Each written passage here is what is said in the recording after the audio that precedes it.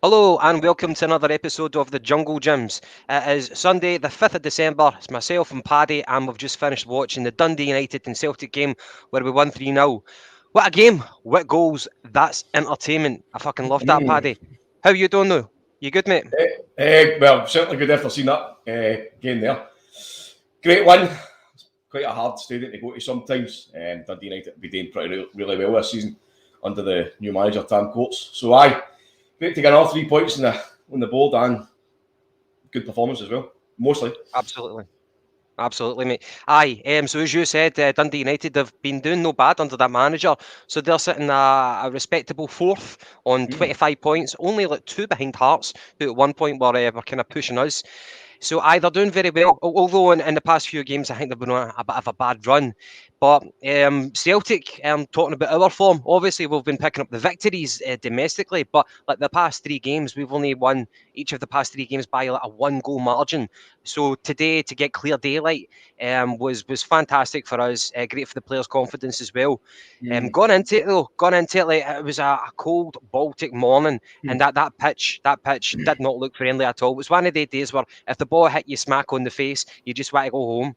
At least that's how I felt anyway. But let's get into it. It wasn't as bad as the old days back when we were playing football and used to get smacked by a Mitre Mould Master right in the face this time of the year. Oh, aye. At least it wasn't on an ash pitch, man. Have they done it? That's something that needs to be outlawed, the ash pitches. But I guess it separated the boys for the men. Right, let's get it also separated the skin for your leg when you tried to do a slide tackle. That's true, mate. Very well put. The lineup, mate. Right, let's get into that. So, Joe Hart in goals. In defence, we've got the surprise return of Greg Taylor. We knew that he was coming back at some point. I didn't expect him to come in today. A bit of a surprise. But well done for him to recover in time. We've got Starfelt and Cameron Carter-Vickers. Good to see CCV back in after the last game that he was out for personal reasons. And I hope everything's doing well for whatever reason that was. Josip Juranovic going into right back again because Ralston's out for a little bit of time anyway. Hopefully not too long. In midfield, we've got Kalmak, Rogic and Turnbull. And up front, we've got Forrest on the right, Kyogo in the middle and Mikey Johnson on the left. Were you surprised at all with any of that? I was thinking that Abada might have started, but Mikey Johnson obviously played, and I think he did okay in parts. Any surprises on the lineup? The only surprise there for me was Greg Taylor appearing out the woodwork from nowhere. I thought probably Montgomery might have started at left back. I said to you the other night, I guarantee you Johnson starts at the left wing. So I wasn't too surprised with him starting there. But definitely Taylor was the only surprise. And again, the bench, no massive surprises. It's like a fairly weak one, as we would all expect. Bain, Scales, Monty, Beaton, McCarthy, Abada and Ajeti. Right, so let's get into the game. I know that we're dying to talk about the goals. We'll get to the goals. The goals are fucking fantastic. But I think like the first big chance was the one for Kyogo. It was a bit of a sitter. I don't know if it was a set piece. It looked like a set piece, but the ball was delivered in across and somebody knocked it on with the head. And Kyogo, great movement again, got in front of his marker and he jumped up to hit the ball and it went over the bar. I was thinking, I hope it's not going to be one of the days where we rue those chances. A massive sitter for the boy. Are you distracted there? No, sorry, no. The Celtic game's just come up on my screen there. Right. It was actually Mikey Johnson that kind of jumped up and knocked on to Kyogo, and I was screaming at my telly whenever I seen it going over the bar. I was like, my God, that's an absolute sitter.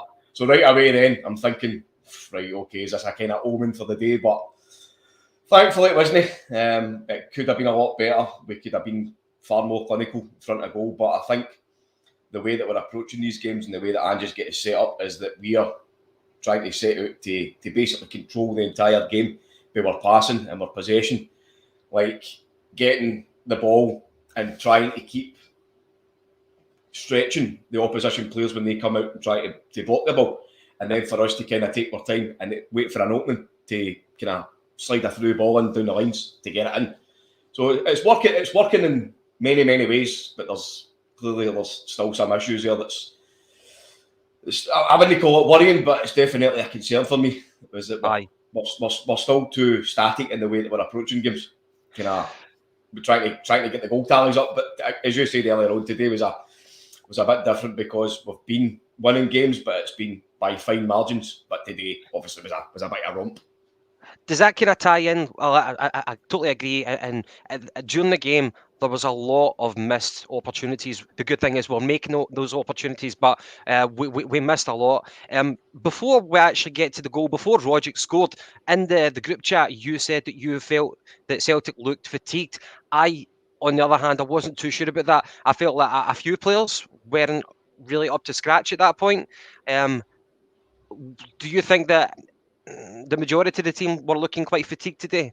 Do you still stand by that? No, I thought kind of the majority of the guys looked well up for the game and they looked fit enough. I just thought that there was a bit of flatness to the approach. I mean, you looked at James Forrest. Well, I looked at James Forrest earlier on, and I know he's just come back from injury and he's still probably quite rusty. But you look at the way he was approaching the game. Now, James Forrest has always been a player that's relied on his pace, getting by a man, and maybe flinging a cross on or trying to at least get as tight to the goal area as possible. Yeah. But every time he get the ball, he automatically looked to cut inside. So he didn't look as if he was prepared to actually try and go by a man. He didn't look as if he was wanting to make the runs in behind, for maybe a Juranovic to try and slip him in. He was always kind of sitting out wide, maybe getting the ball and then directly cutting inside right away, which is possibly been an Ange instruction that he does that because he obviously wants his wingers and his midfielders to be inverted. But again, that kind of approach leaves you slightly kind of short on the wide areas, and it takes away maybe guys like Forrest, their best attribute of getting down the line, stretching people, gaining the yards. As I say, I don't know. It could possibly be the tactic that's been instructed, but I just thought a couple of guys a day, but they weren't at full pelt, put it that way. Yeah.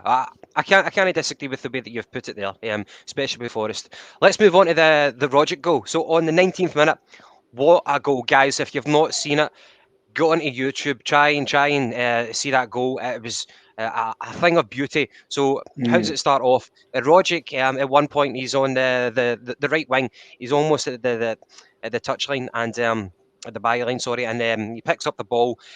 And he's got the first Dundee United player in front of him. He powers past him. He uses physicality at that point. The next hurdle is he's got two United defenders who come out to confront him.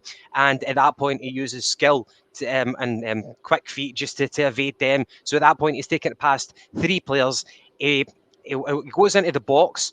And I said, coming in from the right-hand side, and he's putting onto his left foot. Charlie Mulgrew comes out to confront him, and at that point, he curls it with his left foot round Charlie Mulgrew and into the keeper's far corner. It was definitely a contender for goal of the season, as you have rightly just put up there. It kind of reminded me of Roberto Baggio's goal in the 1990 World Cup for Italy against Czechoslovakia. He was doing it from the left-hand side, but for me, there was quite similar... a bit of a correlation between the two of them. Mate, what a goal. Unbelievable. Will we see a better goal this season? Well, I hope so. But see that goal that Rogic scored, that's been reminiscent of a couple of goals that he scored in his Celtic career, albeit no as deep as where he started his run, because as you said, he started his run literally on the touchline, kind of just literally by the halfway line. And it came at a time where we kind of looked as if we were struggling and toiling to get that breakthrough.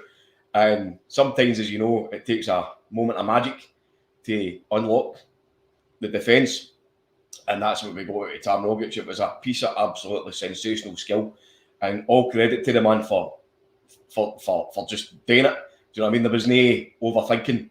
There was nothing kind of fancy about it. He just drove through. He used his body, he used his skill, and he used his natural flair and ability to go and do what Tam Rogic does. And it was absolutely majestic. It was almost, I'm telling you, the guy is he's like Zidane for me. I know he's certainly not at that quality at that level. But if you look at his technique, the close control that he's got, and almost like that kind of, he looks like a ballerina playing football. You know what I mean? And no in the sense that he's jumping about a pink tutu, but he's got that kind of grace. It's brilliant. Yeah. A good comparison with Zidane. I know that Zidane is the man, you know. Nobody can really get to those levels. But Rogic, he combines both physicality with great close control. Not many people can do that. And he demonstrated that in the goal, as I said, getting by the first player. And that was with like speed. You don't really use that word very often with Rogic. But speed and physicality in the next part, to get by the two defenders who were together at that point. He used just great technique. Unbelievable. If you saw that goal from anybody else, like a Messi, for example, then you'd be off your seat. And so we need to give Rogic credit for that. We know that he's capable of that, and it's just amazing to see him to do that on the pitch. He gets a goal as well, because he doesn't really get many goals for Celtic, so fair play. Gav, he's been doing that all season for Celtic, or the majority of the season for Celtic.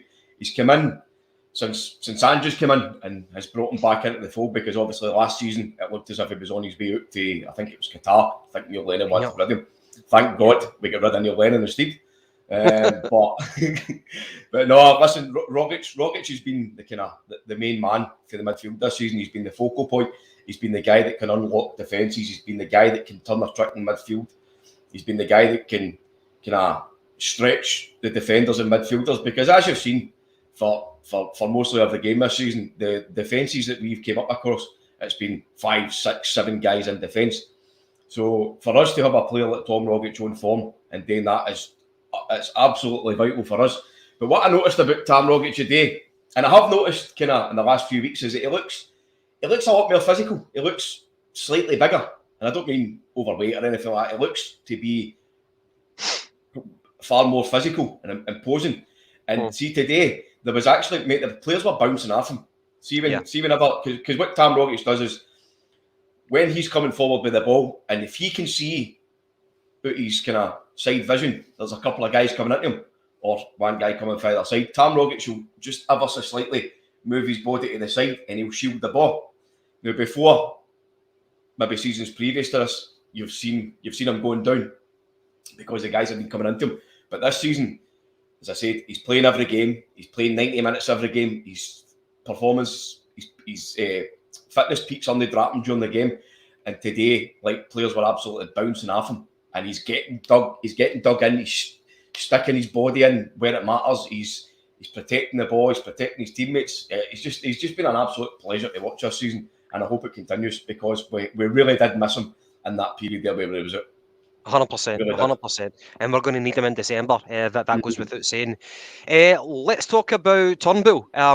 So in the group chat, at one point I was going mental at Turnbull because he had one hell of a chance. It was a cross for Kyogo. Again, this is still in the first half. A cross for Kyogo, and Turnbull makes the run. He gets into a great position. He just has to convert it. And it's not like the ball flashes towards him. He's got time to think about it, and he lets the ball hit off him. He actually, I don't know what he was thinking. Whatever he was thinking would perplex me, because he never put it into action. He let the ball hit off him, and the keeper picked it up. It was a shocking opportunity that he missed there. But then, right after that, he scores one hell of a goal. So let's talk about the goal for Turnbull, and let's not focus too much on the negatives. Right, the goal for Turnbull. First off, what a pass for Calmac. Calmac is in the midfield, and he plays like a lofted through ball. And I don't mean to be ironic, but that's the type of balls that Turnbull should be adding to his game. Yeah, so a lofted through ball to Turnbull, who at this point is beyond Kyogo. Turnbull gets between the fullback and the centre-back, and the keeper at this point rushes out, and Turnbull's just got eyes for the ball, which is great. It showed a bit of bravery, because at that point some people might shite themselves thinking that they're going to get clattered by either the defender or the keeper. But the ball's coming down, and it makes a graceful touch which lofts it over the keeper's head, and then he spins around and he follows it up, and he just dinks it over the line into the net. Now, some people might look at it and say, is that fluky, or was it Bergkamp-esque? Now, if Dennis Bergkamp scored it, you'd say that he meant it. I'm going to give the boy credit that he did mean it. It was I don't know, was it as good as Roderick's goal? Maybe not. It was a different type of goal, but a quality, majestic goal. What do you think, mate? Well, for a second there, I thought you were actually giving us a description of Bergkamp's goal all the years ago against Newcastle. No, listen, it was a good goal. It was an important goal because we were only 1-0 up. As you say, great dinked pass for Mcgregor. But by the way, that is the kind of pass that we've been seeing for Turnbull this season. It's the other kind of passes that I'm hoping that he starts to bring into his game. But he made a great run, got the touch of the keeper, and thankfully was savvy enough to make the follow-up to be able to touch the ball into the net. So, good goal. And as per usual this season, that goal came after I basically put my big fat foot in my mouth when I was speaking to you earlier on, because I thought up until that goal, I thought Turnbull was very, very poor. I thought he was basically shiting himself out of kind of every 50-50 challenge.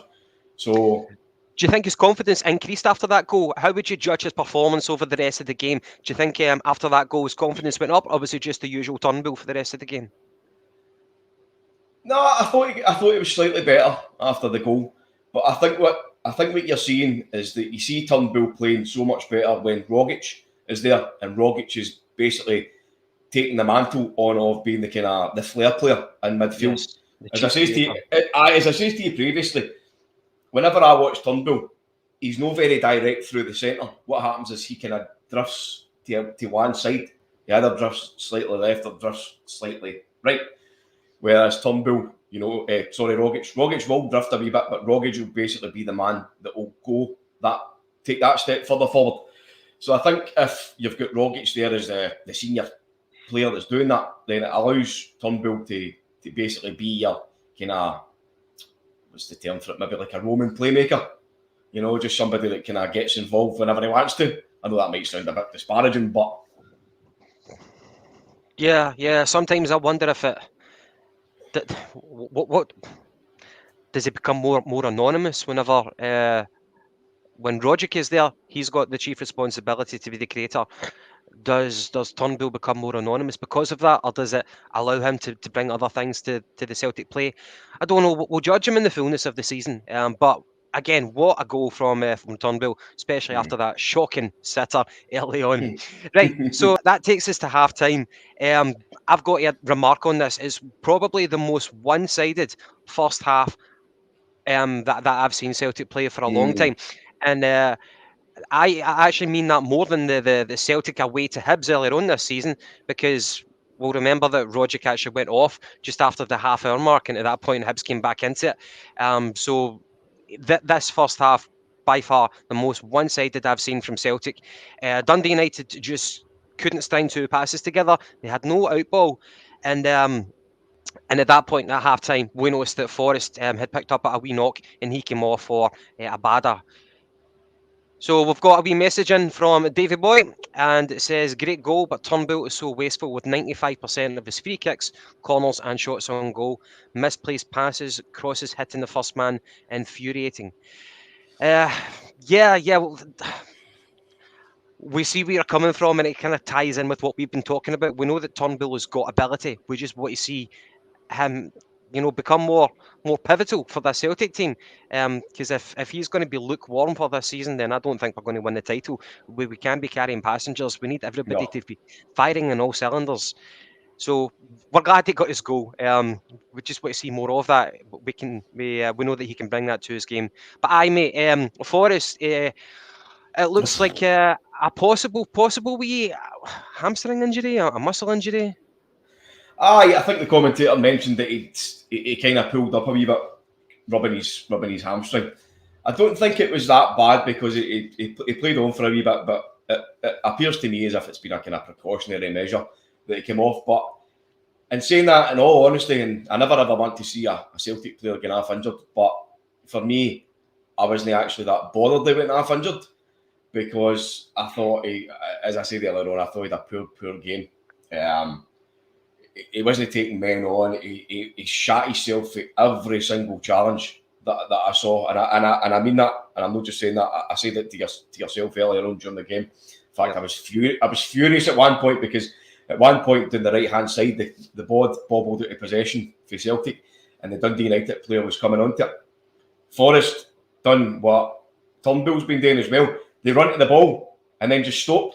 And obviously the Dundee United player was on and gets the ball. And at that point, you're looking very gangster there. You're talking like that.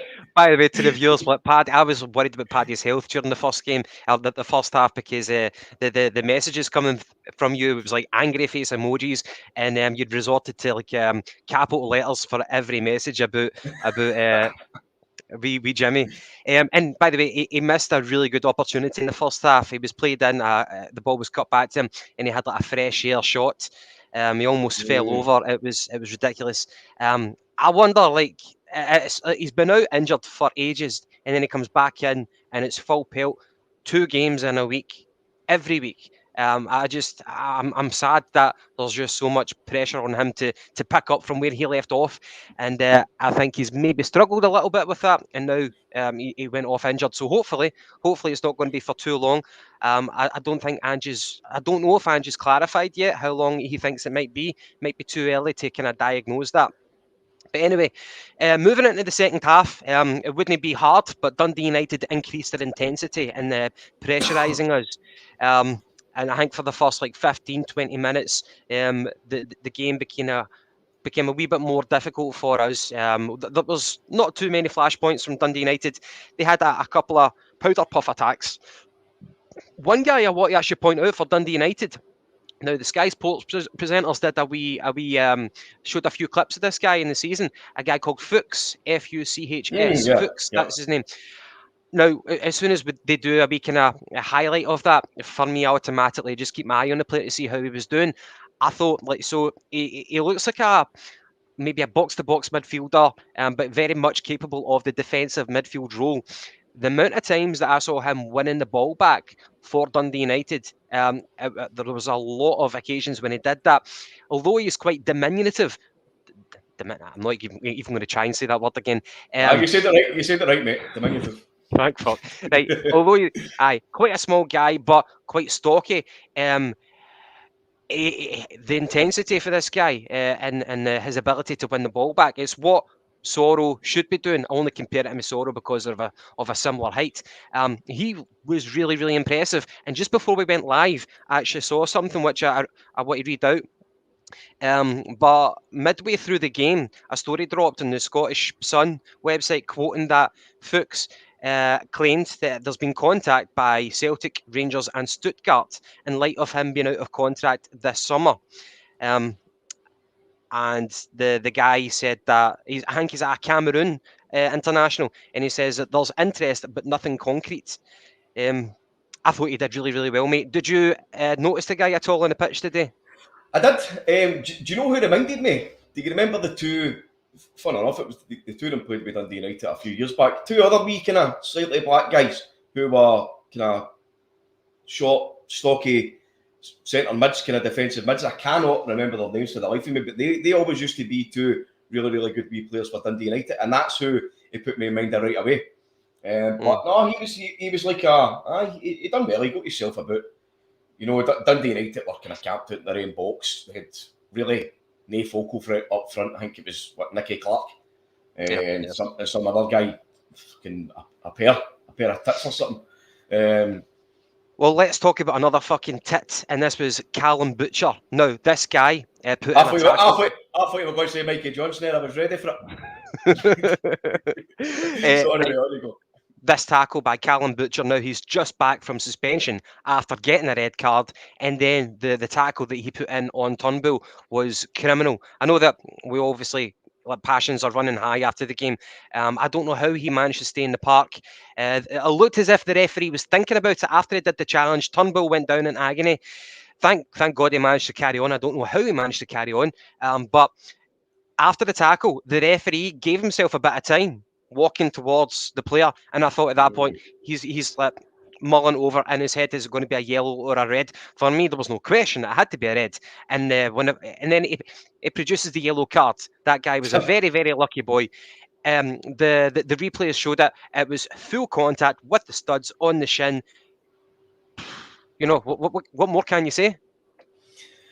Well, listen, the rules of the game have changed these days. If you go into a tackle with your stud showing and you make contact with a player, then more times than none it's a red card. Now, the speed that guy can fly into a tackle, but I don't think it was the most innocuous of tackles that I've ever seen. But the way he slid in, his foot is raised like that, his studs are shown, and he makes full travelling contact with Turnbull's shin. Now, thankfully, Turnbull's feet, his studs were literally just off the ground at that point. See, if his feet was planted, mate, his leg was broke 100%. So that all day was a red card. But again, you're no surprised that it was only a booking. If it had been the other way around, if that was a Celtic player, he'd have been off without any shadow of a doubt. It's infuriating. Like there was no need for it. If you need to win the ball, do what's necessary to win the ball. Don't go over and above. Like it was an overzealous tackle, and as you said, it could have ended Turnbull's season. That's the last thing that he needs after what happened to him a couple of years ago. No surprise. Shocking. No surprise. The guy's name was Butcher too. Yeah? I know. Just in his nature to be a butcher. And there's Kookaburra saying it as well. Butcher, red card all day long. Yeah. Davy Boy as well says Butcher should have been booked again after that tackle. Inept or game management, only the ref knows. You're right, Davy Boy, because later on he actually slid in on Callum Mcgregor and he gave away a free kick just outside the box. That was in the second half. The referee, again, if you go to ground, I think this one, you could argue it might not have been a yellow card, but if you go to ground, slide tackle, and you don't win the ball, it's very common to get a yellow for that. But he didn't. So you're right, Davy Boy. He could have been sent off for two. He could have been sent off twice. You know what I mean? Stupid.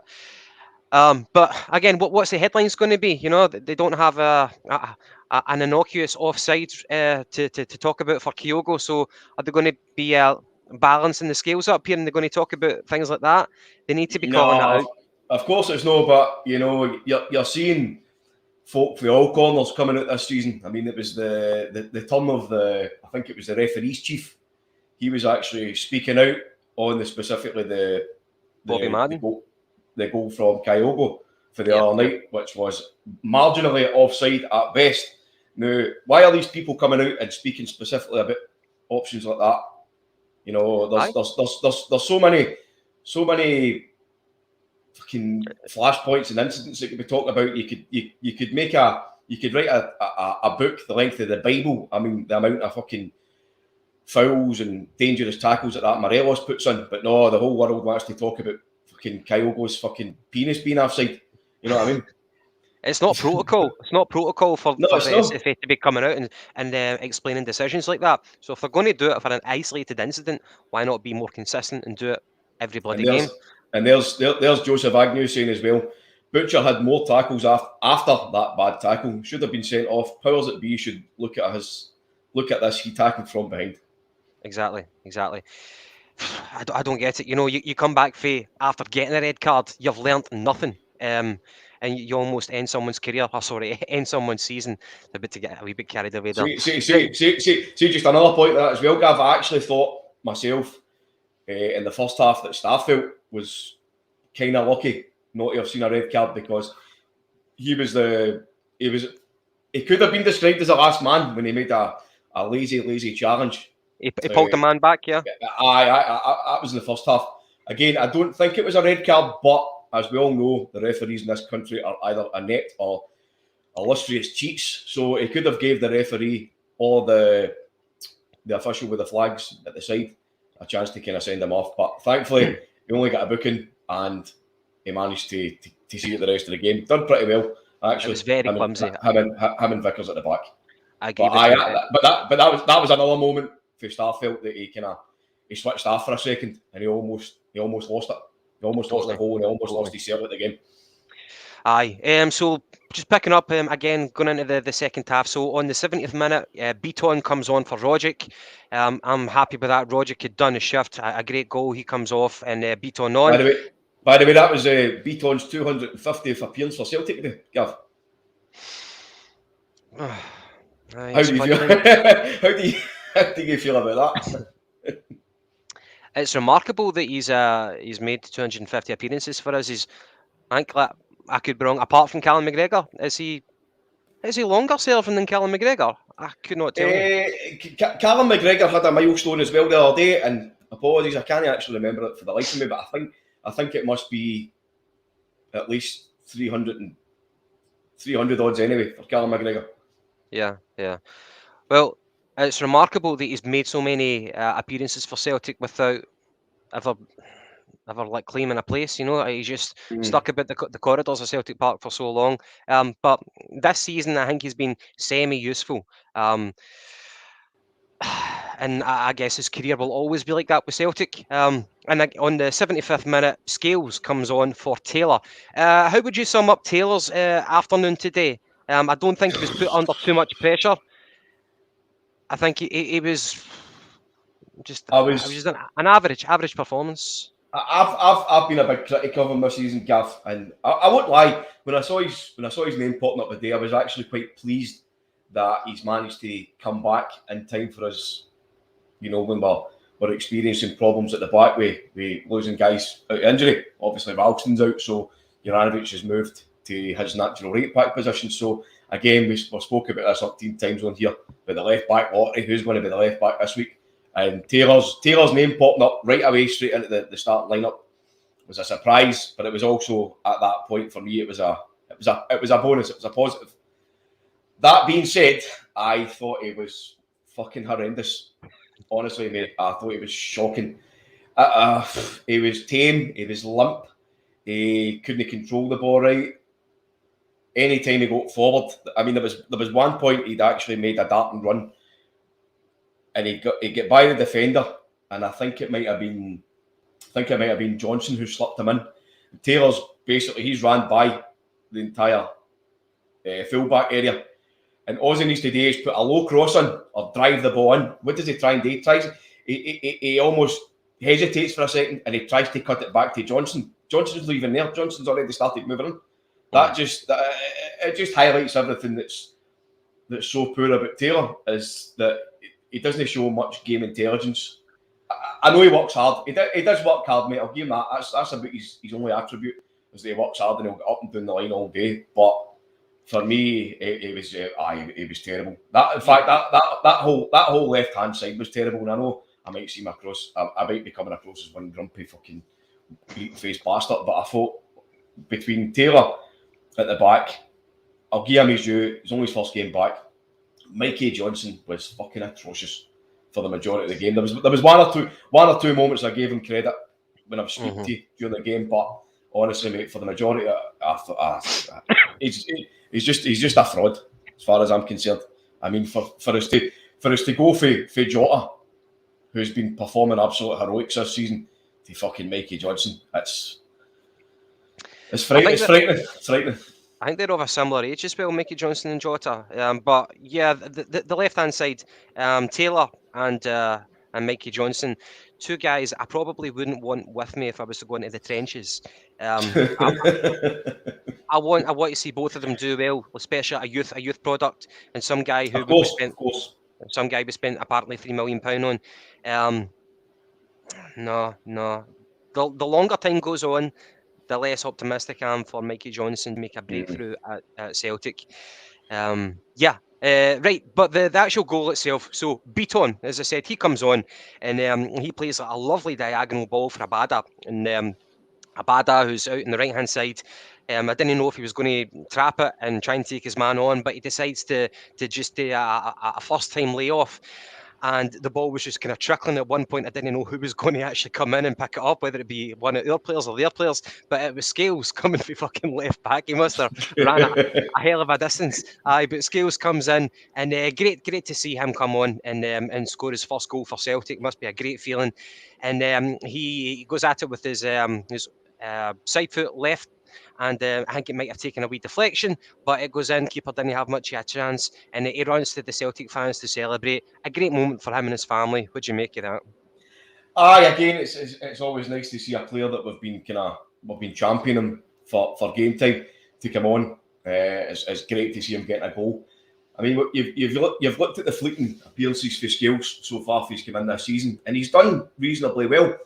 I mean, his passes look good. I think he's about 6'2". He looks strong enough. He looks fast enough. So I don't know why he hasn't been getting a shot, especially over like say maybe Montgomery.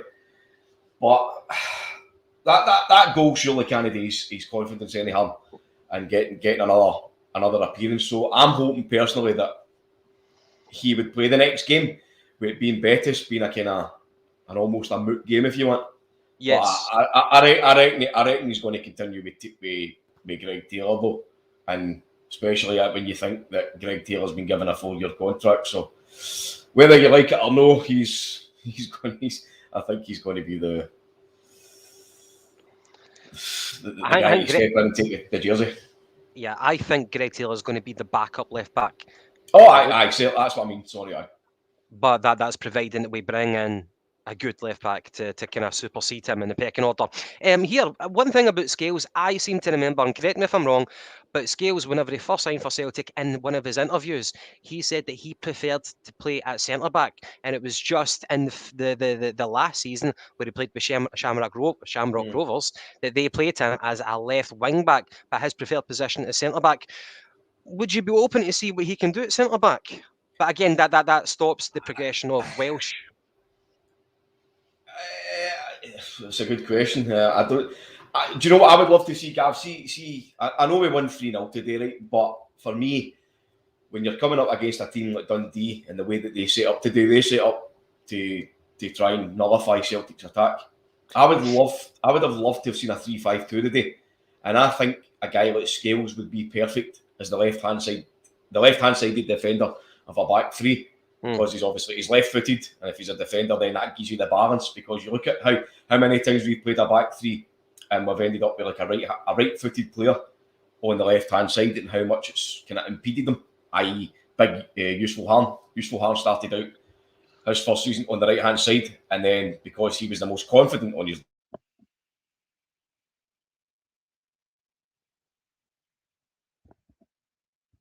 I don't know if it's my live feed or Paddy's internet, which is kind of crap right now. I'm just going to text them to see if everything's okay. Sorry, folks.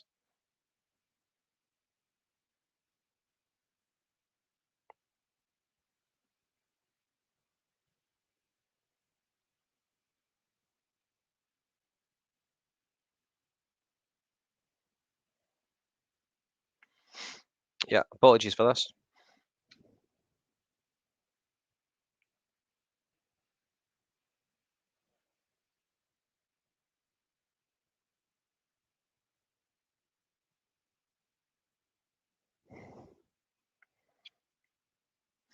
Oh, well, looks like it's just me. Sorry, folks. Hopefully we'll get Paddy back on very soon. The other thing that I wanted to talk about was the final kind of flashpoint for me was Kyogo played in Abada, and he had a one-on-one with the keeper, but he took a bad touch. And as soon as he did that, he was just setting himself up for failure. He took it too close to the keeper, and at that point, he tried to dink it over him, but it went wide. And I think that might just be a mark of a man low on confidence, which unfortunately is probably summed up Abada for parts of this season. Aye. Anyway, possession-wise, Celtic had 71 to their 29. No surprises there. In fact, you'd probably think it should have been more. Shots, we had 26 to their 6. And shots on target, we had 11 to their 2. Again, we had 11 on target. I just want to convert more because today there was obviously 3 great goals, but there was a lot of chances that we missed. So we need to do more with that. And Phil, 6 to their 9. Can't read too much into that. Ange Postecoglou said, I think just before the game, that Jota is going to be out for another few weeks. But I think everybody else will be okay. We expect to get Ralston back for the next game. And that brings us on to the next game, and that'll be Thursday. And we'll be playing Real Betis at Parkhead. I think that might be a late one, about 8 o'clock in the evening. A dead rubber doesn't really matter. So again, we're probably going to drop a few people and play some of the reserve players. But I think we're quite thin in the ground anyway with personnel. So I don't know how much changes that we really can make. Yeah, it's probably a game that I wish we just didn't have to play, because our main focus right now is on the league. But we've got fans going to the game. We'll have people watching it on BT Sport, so we need to put in a performance. Aye, okay, so we'll finish up and we'll do a post-match review probably of the Betis game on Thursday. So try and tune in for that. I'm sorry, guys, for the technical issues that Paddy's having, but that is what it is. He's trying to phone me there, but it's a wee bit too late. Right, so I'm going to end the broadcast now. Thank you very much, viewers, for watching, and hail. Cheers. Oh, aye. Again on YouTube, if you're liking the content, please just give us a wee thumbs up. Please give a comment and share the video with any of your friends. And on Twitter, check us out on Twitter. Check us out on Facebook. I always forget our handles for that. I think it's the Jungle Gym Pod. But anyway, thank you very much for watching. Hope you enjoyed the game. Hail. Cheers.